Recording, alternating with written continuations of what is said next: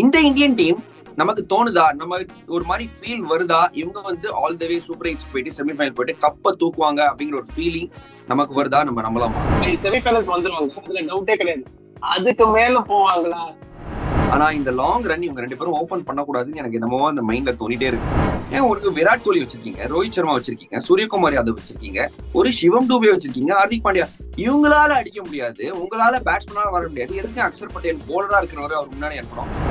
டெஃபினட்டா வந்து யசஸ்வி ஜெய்ஸ்வாலுக்கு இந்த டீம்ல இடம் இருக்கு. பத்ரி, உங்களுக்கு ஏதோ ஜடேஜா மேல கரம் வைக்கிறீங்க நீங்க. நானும் பாத்துட்டு இருக்கேன். நான் இப்பவே சொல்றேன், ரெட் பால் டீம்ல பும்ராக்கு அடுத்த பேர் ஜடேஜான்னு நான் எப்பவுமே சொல்றேன். ஹோப்ஃபுல்லி இந்தியா வந்து நம்ம யோசிச்ச மாதிரி சூப்பர் எயிட்ஸ் செமிஃபைனல் ஃபைனல் மேல போகணும் அப்படின்னு எங்களோட ஆசை. அதுக்கும் மேல அப்படின்னு சொல்ற மாதிரி, அதுக்கும் மேல. எஸ், விராட்டோட ஒரு பிக்கஸ்ட் குவாலிட்டி இல்லைங்க.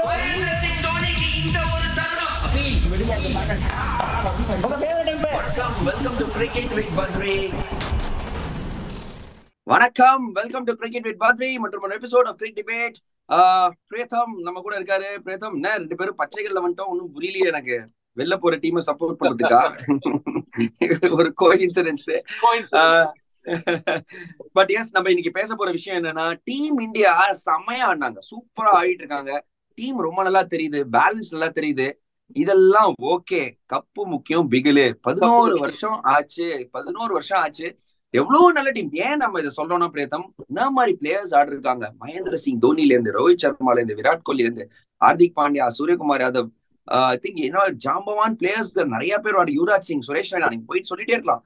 ஆனாலும் அந்த ஒரு டிராஃபி கடைசியா 2013 சாம்பியன்ஸ் டிராஃபிக்கு அப்புறமா எடுக்கவே இல்லை. இந்த இந்தியன் டீம் நமக்கு தோணுதா, நம்ம ஒரு மாதிரி ஃபீல் வருதா, இவங்க வந்து all the way super eights போயிட்டு செமிஃபைனல் போயிட்டு கப்பை தூக்குவாங்க அப்படிங்கிற ஒரு ஃபீலிங் நமக்கு வருதா? நம்ம நம்பலாமா பிரேதம்?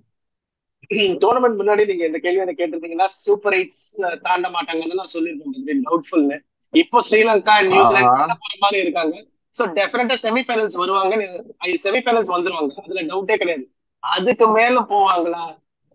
பிரேதம், எந்த தைரியத்துல நீங்க சொன்னீங்க எனக்கு புரியல. என்ன நல்ல டீம் பிரேதம், சூப்பர் எயிட் போவாங்க கூட போக மாட்டாங்க அப்படிங்கிற அளவுக்கு இந்தியா சொல்லிட்டீங்களா?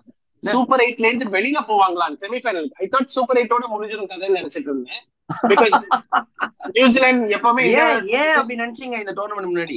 சொல்றேன், ஏன்னா ஆஸ்திரேலியா, நியூசிலாந்து, இந்தியா, ஸ்ரீலங்கா அந்த குரூப் தான் இருந்திருக்கும். ஆஸ்திரேலியா ஐசிசில உங்களுக்கு தெரியும் இந்த மாதிரி பீஸ்ட்னு. அண்ட் நியூசிலாந்து நீங்க பாத்தீங்கன்னா எப்பவுமே இந்தியா ஐசிசி டோர்னமெண்ட்ல அடிச்சிருக்காங்க. ஃபர்ஸ்ட் டைம் நான் உங்களை அடிச்சது இந்த வேர்ல்ட் கப் செமிஃபைனல்ல வால்கடியில லாஸ்ட் ஸ்ரீலங்கா அடிச்சிருப்பாங்க. சோ ஆஸ்திரேலியா, நியூசிலாந்து அந்த குரூப்ல இருந்து போயிடுவாங்கன்னு நினைச்சிருந்தேன். பட் இப்ப நியூசிலாந்து வர மாட்டாங்கன்னு ஆல்மோஸ்ட் உறுதியான பட்சத்துல ஐ திங்க் இந்தியா செமிஃபைனல் வந்துரும். நீங்க என்ன சொல்றீங்கன்னா, அந்த பழைய பூதங்கள்லாம் இல்ல, பழைய பூதங்கள் இருக்கிற டீம் வந்து நியூசிலாந்து, இந்த ஒரு ஸ்ரீலங்கா, இவங்க எல்லாம் வந்து மிச்ச டீம் இல்லாம சுமாரா விளையாடினா, டீம் இந்தியாவை பார்த்தா அப்படியே நரம்பு புடைச்சிங்கன்னா அந்த மாதிரி ஒரு ஆடுற டீம். சோ அதுக்கெல்லாம் போனதுனால நீங்க போல ஒரு மாதிரி போற மாதிரி இருக்காங்க, அதனால நீங்க வந்து இந்தியாவுக்கு சான்ஸ் அப்படிங்கிற மாதிரி சொல்றீங்க.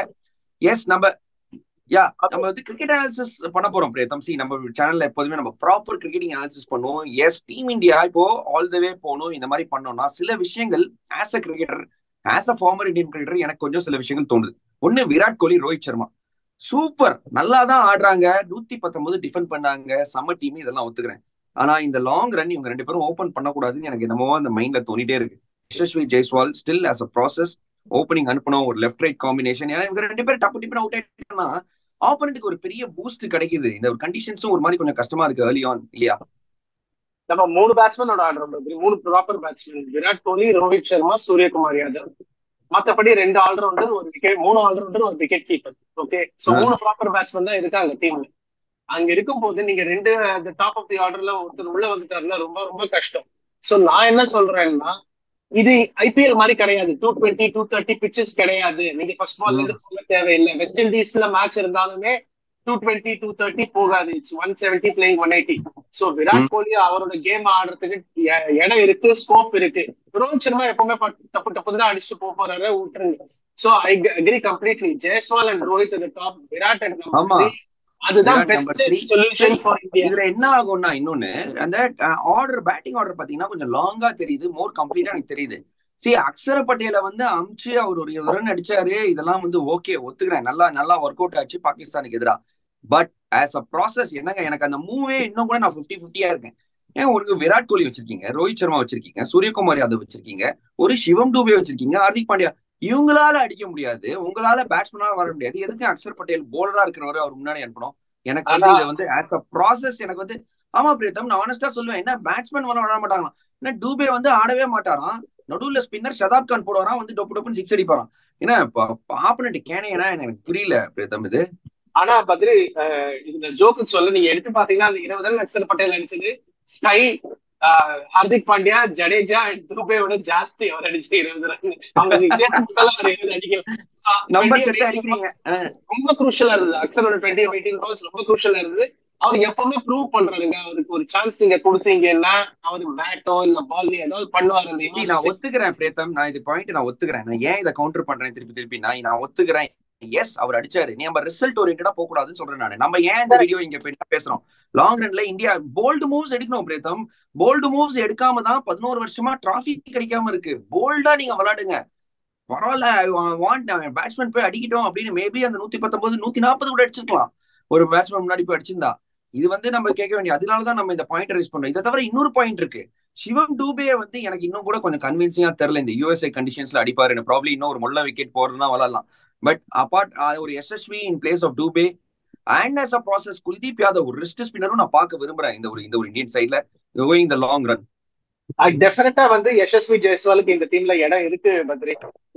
வெஸ்ட் இண்டீஸ் சாரி யூஎஸ் மேட்ச்ல இடம் இருக்கான்னு எனக்கு தெரியல. ஏன்னா 2 மேட்ச் ட்ரை பண்ணாங்க including the practice match, 3 match 3த்துலயும் அவர் ஃபெயில் ஆயிட்டாரு.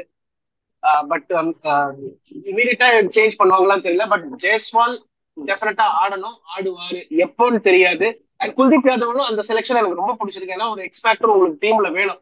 இந்த கொஸ்டின் நான் என்ன எழுப்புவேன்னா, நீங்க ஸ்பின்னர் வந்து குல்தீப் யாதவ் எடுப்பீங்களா இன்ஸ்டெட் ஆஃப் அக்ஷர் பட்டேலா இல்ல இன்ஸ்டெட் ஆஃப் ஜடேஜாவா அப்படின்னு? அது ரொம்ப ஒரு பயங்கரமான கேள்வி. நான் அதை கேட்கலாம். ஏன்னா ஜடேஜா பேட்டோட ஒன்னும் கான்ட்ரிபியூட் பண்ணல, எல்லாரும் சொல்லுவாங்க கன் ஃபீல்டர் கிடையாது. இவரு பாருங்க கொஞ்சம் கோடு போட்டா ரோடே போடுவேன் அப்படிங்கிற மாதிரி. எனக்கு ஜடேஜா மேலேயே கை வைக்கிறீங்க பிரேத்தம். அவர் பவுலிங் பிரேத்தம், அவரு 4 ஓவர் போரிங்ல தான் இருக்காரு. ஜடேஜா மேல நான் தயவு செய்து கை வைக்க மாட்டேன், எப்பா கை எடுத்து கும்பிடுறேன். ஏன்னா யாருங்க ஸ்பின்னரு போடுறது, ஒரு 4 ஓவர் ஷோர் போலர். போன மேட்ச் பாகிஸ்தானுக்கு எதிராக மேட்ச் நீங்க பாத்தீங்கன்னா நான் ஒத்துக்கிறேன், ஏன்னா conditions extremely towards fast bowlers இருந்தது. ஹார்திக் 4 ஓவர் போட்டாரு. இல்லைன்னா ஜடேஜா தான் மெயின் பவுலர் பிரேத்தம். வா அதெல்லாம் நீங்க வந்து உங்களுக்கு ஏதோ ஜடேஜா மேல கரம் வைக்கிறீங்க நீங்க. நானும் பாத்துட்டே இருக்கேன் கொஞ்ச நாளாவே. நான் இப்பவே சொல்றேன், ரெட் பால் டீம்ல பும்ராக்கு அடுத்த பேர் ஜடேஜான்னு தான் நான் சொல்லுவேன், எப்பவுமே சொல்றேன். T20 செட்டப்ல நீங்க எடுத்து பாருங்க, அவர் கடைசியா என்னைக்குங்க ரன் அடிச்சிருக்காரு இந்தியாவுக்கு? T20 செட்டப்ல சொல்லுங்க, என்னைக்கு ரன் அடிச்சிருக்காரு? ரிங்கு சிங் வந்து 8 மேட்ச் ஆடிருக்காரு. அவர் more boundaries than Jadeja was played 75 T20s for India. அப்புறம் என்ன திட்டம் போலிங் நம்பர்ஸ் எடுத்து பார்த்தா நல்லா பண்ணிருக்காரு, போலரா தான் இருக்காரு. அதுதான் நான் சொல்றேன். இல்ல நான் அதுக்கு தான் சொல்றேன், நீங்க போலரா வந்து பாக்காதீங்க. அக்சர் ஒரு போலர், ஒரு பேட்ஸ்மேன். நீங்க என்ன சொல்றீங்கன்னா இந்த நியூயார்க் மாதிரி கண்டிஷன்ஸ் தான் ஏன் ஜடேஜா அப்படின்னு கேக்குறீங்க? நியூயார்க் மாதிரி இல்ல, நீங்க குல்தீப்பை கூட்டிட்டு வரணும்னா சூப்பர் 8க்கு, அப்போ இது நடக்காது. ஜடேஜா உட்காந்து வைக்க மாட்டாங்க.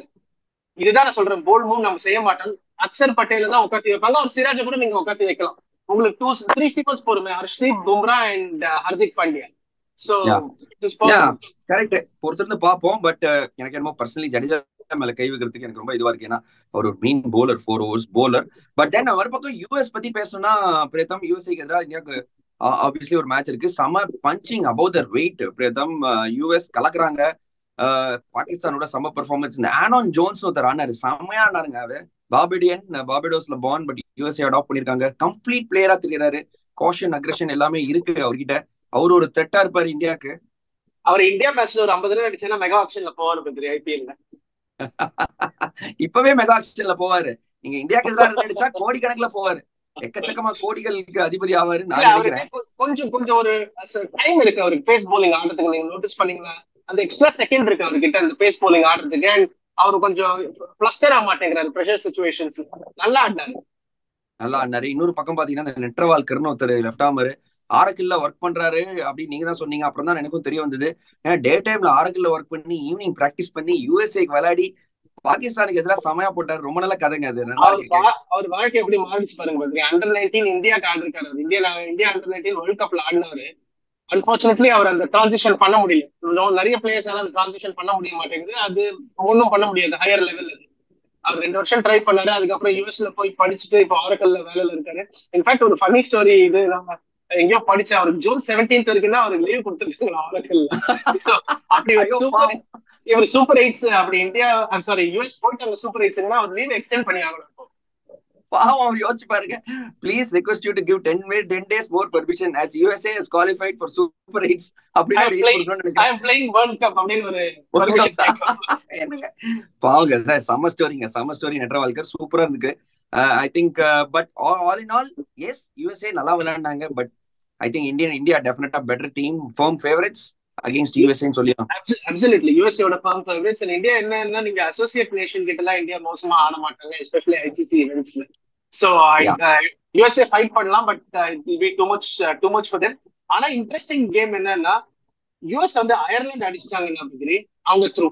பாகிஸ்தான் என்ன பண்ணாலும் they can't go through. US Ireland அடிச்சிட்டாங்கன்னா அவங்க உள்ள போயிடுவாங்க.